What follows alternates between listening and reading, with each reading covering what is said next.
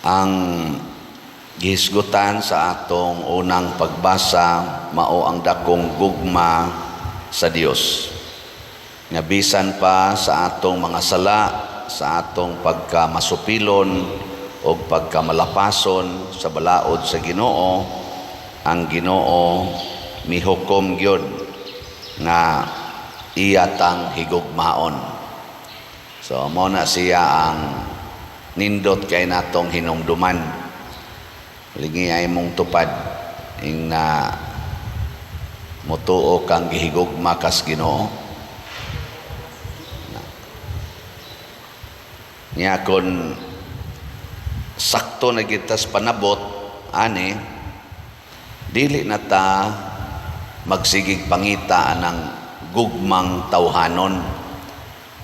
Dili na ta magsigig demand nga higugmaon ta sa atong kauban sa kinabuhi sama ng mga bana, asawa, anak, silingan, office mate,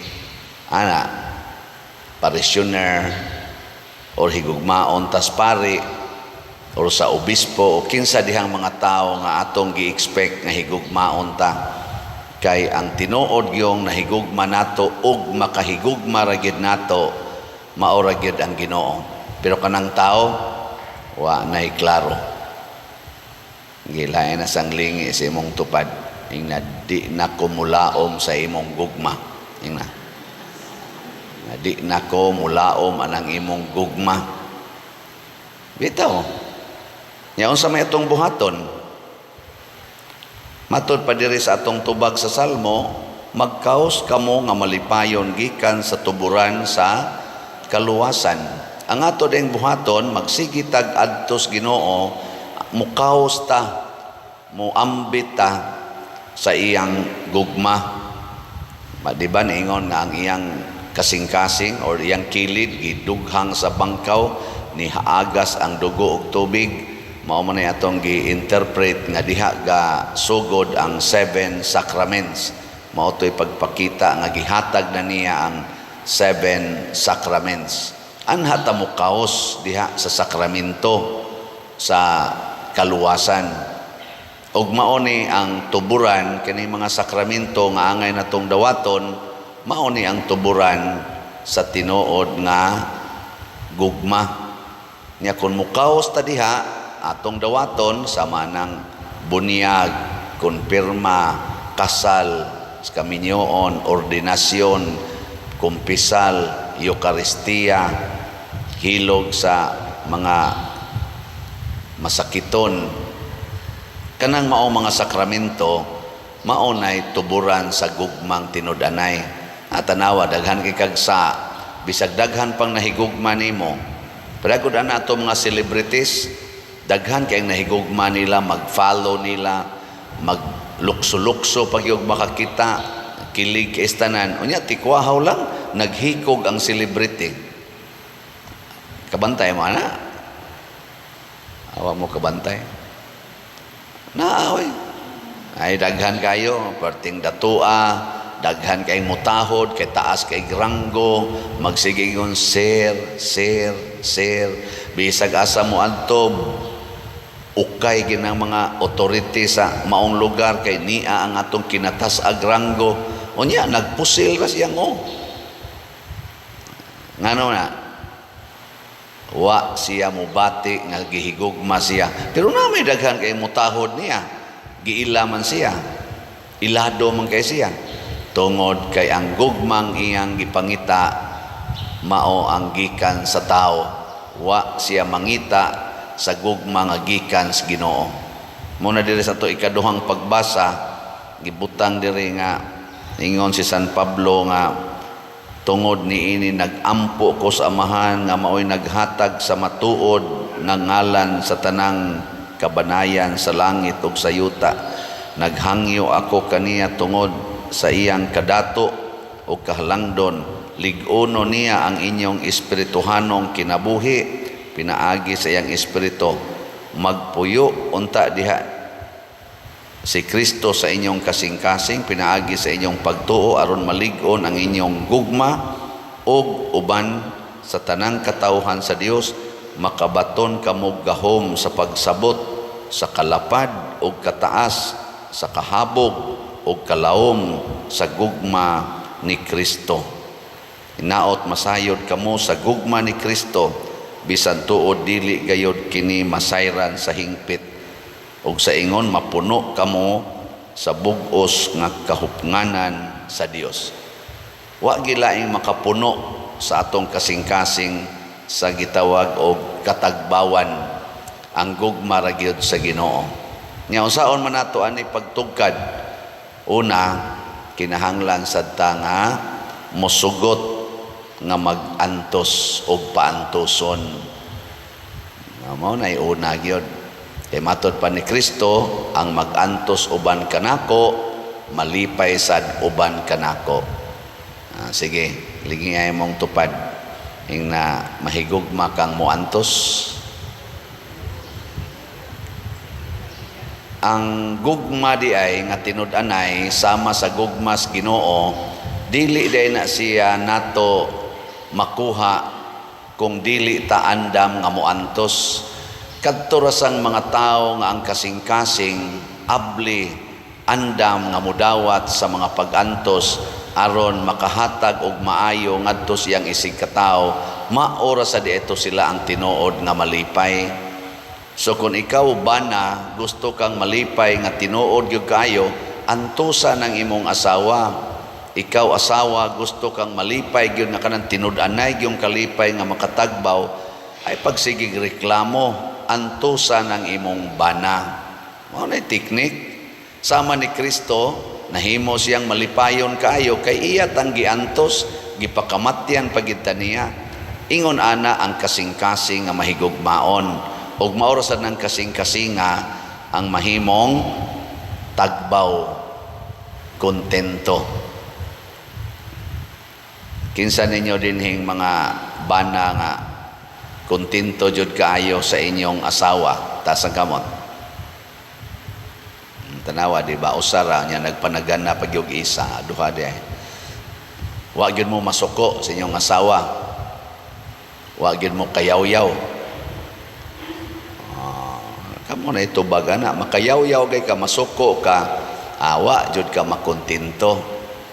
Kinsa sang asawaha dinhi ang kontento jud kay sa iyang bana ta sa kamot. Ay ni isa tulo ka buok aduha ra di ay. Nya wa gyud mo kayaw-yaw ha. Wa gyud mo kapangluod sa inyong bana. Wa gyud. Ingon gani ka panagsa pader, wa gyapon ka makontento, na gyapon kay mga nabay mga lugar ba nga murag kani dili pa ni kontento mo na makayaw-yaw ka. Ug unsa may hinungdan ug inyo gyung subayon nga bisan pas kabuutan sa inyong kaubas kinabuhi, do na gyud panahong makayaw-yaw ta tungod sa atong saman paglikay anang pagantos. Doon naman ko'y panahon nga ang atong kuyog kinabuhi mahimo natong pagantos. Di man gina mahitabong perfect ginang iyang pagkaingon ana. Mo agi panahon mo antos kaniya. Kanang inyong mga anak, daghan man kay magsigpangandoy ganak. Sigpangandoy ganak. Maghilak-hilak pa man gani dinhi pader iampo taon ko nga makabibi nami. Unya inigabot na sa anak, kusi dayon, hapak dayon, yaw-yaw dayon. Pinangayo na nimo nya karon imong kusiyon, imong yaw-yawan. Tungod kay di kaganahan mo antos niya. Parehar sad sa ato gong mga kuan, kaning ato mga gipangandoy, maka-abroad unta ko, makapasar unta ko sa board exam. Pasar na, bar exam, pasar na sad. Karon nagtrabaho na ka, isip accountant, isip nurse, isip engineer, isip lawyer. Unsa may sunod? Sige na sa reklamo, sus, kapuyas trabaho, gamay kay sweldo, maka-abroad unta ko, maka-abroad unta ko. Process na sa kas abroad, tuan na kas abroad. Pag abot mo sa abroad, unsa naman sad? Reklamo lang yapon, sus, ako na lang gisaligan sa tanan ako mga kaliwat. Sus, murag yung sila gatanaw na ako nga tuburan sa kwarta. Magsayon na las trabaho dire. Sige lang yapog yaw-yaw. Siging hangyo sa Ginoo, mapari unta ko. Pari na. Yaw-yaw na sa so, akong assignment, gamay kayo, parokya, patay ta din di ta mabuhi din pilaray kolekta ato na yaw-yaw na sa hangyo na sa Ginoo. Ginoo, i-assign kog dakong parokya, gi-assign na sa dakong parokya, dako kay kolekta. Sus, mga isog mo sa kay mga parisyoner, punay maglibak, sige mo sa yaw-yaw. Sus, may pag-ibalhin ko atong gamay, kay magtahod pa din sus, mga parisyoner, mo'y magbuot sa pari. Yaw-yaw na sa ako noon ako magyaw-yaw din nagyaw-yaw ba ko din panag sa usaragi ako din kuan sigig maintain kana ragi ang pagbaligya slat mao ragi na anya kontento ka na yes nganoan anda man kong muantos pagbaligya bisag dili dayon mahurot o kahalin mao na nga ang atong kuan karon ang mga nahigugma nato ang ilang gipalit nga slot sa atong San Vicente Ferrer's Daily Abundant Graces is BF Dag para sa atong kumbinto niabot nag 24,582 pero naapay 35,418 ka slots nga palitonon pa para nis mga nahigugma niya sa mana nakahatag og dako kaing tabang nato nakahatag na ta sa mga ginagmayng bayad ngadto sa atong mga contractors nga pertin taon sang higugma nato ambot wa ba na sila magyaw-yaw ron nga wa pa sila mahumagbayad sige lang itag baligyan ning slots siya sa dugdi gini mahurot nato unya nasa tay 16 slot challenge aning SBF Dag tag 8,000 na nasa tay nadawat nga 53 ka slots atong ka challenge atong pakpakan ba ang namalit natong slots praise the Lord ang ato sang MMHD ang katong Mother Mary Healing and Deliverance para nis atong kapilinya para doon natay healing and deliverance na nasa tay halin nga niabot na 1,852 ka slots na apay 4,148 ka slots nga available tag 1,000 pesos per slot. Mao gyapon hangtod karong Hunyo 13 atong palitan og tag sa kaslat si Mama Mary. Dili kamong nakapalit na insured na mo. Pero nag-awas-awas ginang inyong gugma, mo palit gyapon tag usab. Pero kamong wa pa kapalit. Tinuod krisis ang kalibutan. Para nako nining panahon nga magkrisis ang kalibutan ang atong isentro dili na ang pagpangita o paggamit sa kwarta para sa atong security. Invest your money on God by helping people who are in need kanang mas nigalisod pa kay kanato adto nato dito ihatag atong kwarta kaysa magsige na hinuon tagtigom kay nganoan ang Ginoo mo ay tuburan sa tanang grasya.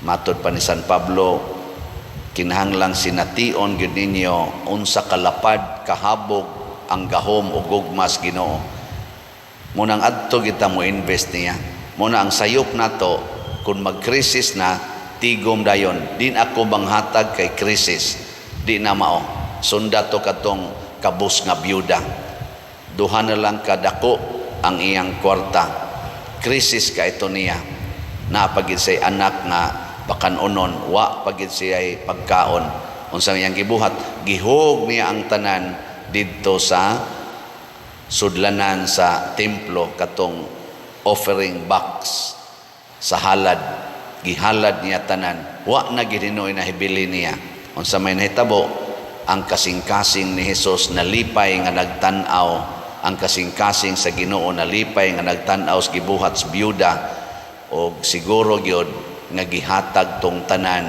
nga makalipay niya gikas Ginoo kay lagi lapad habog taas kaayo ang gahom o gugma sa Ginoo nga di na ta makatugkad muna dinhi sa atong ebanghelyo si Jesus gibitay sa krus pero unsa man gyud kadako ang iyang gugma Bisag patay na siya, gidugsak iyang kilid, mihatag yapon siya sa 7 sacraments, sa dugo ug tubig. Healing sa mga tao. Iyang gihatag, bisag patay na siya. Imagine na unsa kadako ang iyang gugma. Ma-imagine bitaw nako tong katubang tuod ba nga nakaali sa sakyanan natong Innova nga wa ta mahug sa katong Kimba dito atong may kampaso. Patay man tong tuoran, amo man ang giloka karon, gaan ra siya kay patay man kanang laya gid bang laya.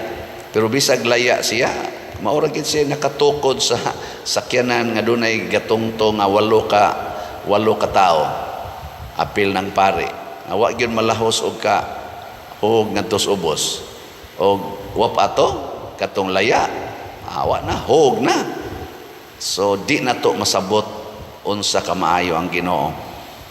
Daghan kay nato dinhi mo testimonya pader, krisis kay akong kinabuhi pero mopalit gyud kog slat. Nya sa sige na kong palit og slat pader, nag-anam og kasulbad ang ako mga problema. Noon nagkasulbad ang akong relasyon sa akong isig katao, relasyon sa iyang pamilya, nag-anam og kanindot, hangtod yun nga ninindot nagmaayo. Daghan kay dinhi manganhi. Palit pa jud kog slat kanunay pader kay nindot kayo ang among pamilya, sukad lang sa ikog palit og slat. Mga inana ba makaingon ka nganong nahitabo man na? Wa gikan ginas Ginoo ay nala nag-i-explain. Nasa uban mo ingon pader wa gyud mausab among problema. Akong bana maulang gyapon, himabay lang gyapon kaayo, sugaro lang gyapon kaayo. Wa gyud ba usab, sige kog palit og slat, wa gyud na usab. Pero ang ako yung namatikdan kay di naman ko magyaw-yaw, din aman ko masuko. Ang nausab ang iya na sang kasing-kasing. Nya kabayran ay nagsapi, kabayran ay nag wealth. Oh, wow. Og mauna ang grasya nga di masukod. Una mo ingon ko ninyo, ngita mo kalinaw, ngita mo kalipay, ay diri mo palit og slat. Ngita mo kalipay, ngita mo kalinaw, ala tabangin ang inyong silingan. Nabutay ni paambit nako nga politisyan sa una pa din, pakulatan na nako mga buangon. Kanang magsigig libak nako, paila na kong kaso. Ano ba? Ay, nago sa authority. So pagsigi na niya kuno kaamgo ani lagi atong wali nga gugma gyud, gugma higugmaon bitaw kuno niyang tanan niyang kontras politika, sigihan bitaw niya tabang da pag eleksyon wa na gud siya kontra. Wa na mo kontra niya, yahay na kayo nganuan iya namang nasuod ang tanan pero wa siya mag-apas ana, dili na mo iyang tumong. Ang iyang giingon, ilhon ko ni silang tanan nga akong mga alagaranan, ako ni silang mga tao nga akong higugmaon, isip elected ko nga official, ako ni higugmaon. Sama ni Kristo, way pili, buangon o buutan, higugmaon. Ugmaon na ang gugma nga atong pangayoos Ginoo mga igsoon. Maunay tuburan sa tinuod nga kasulbaran aning krisis sa relasyon sa atong kalibutan karon. Kita dinis Pilipinas, sige na gyud tandugo na kaayo ang atong relasyon ngadto sa atong silingan nga mga nasod. Ato lang ginang higugmaon.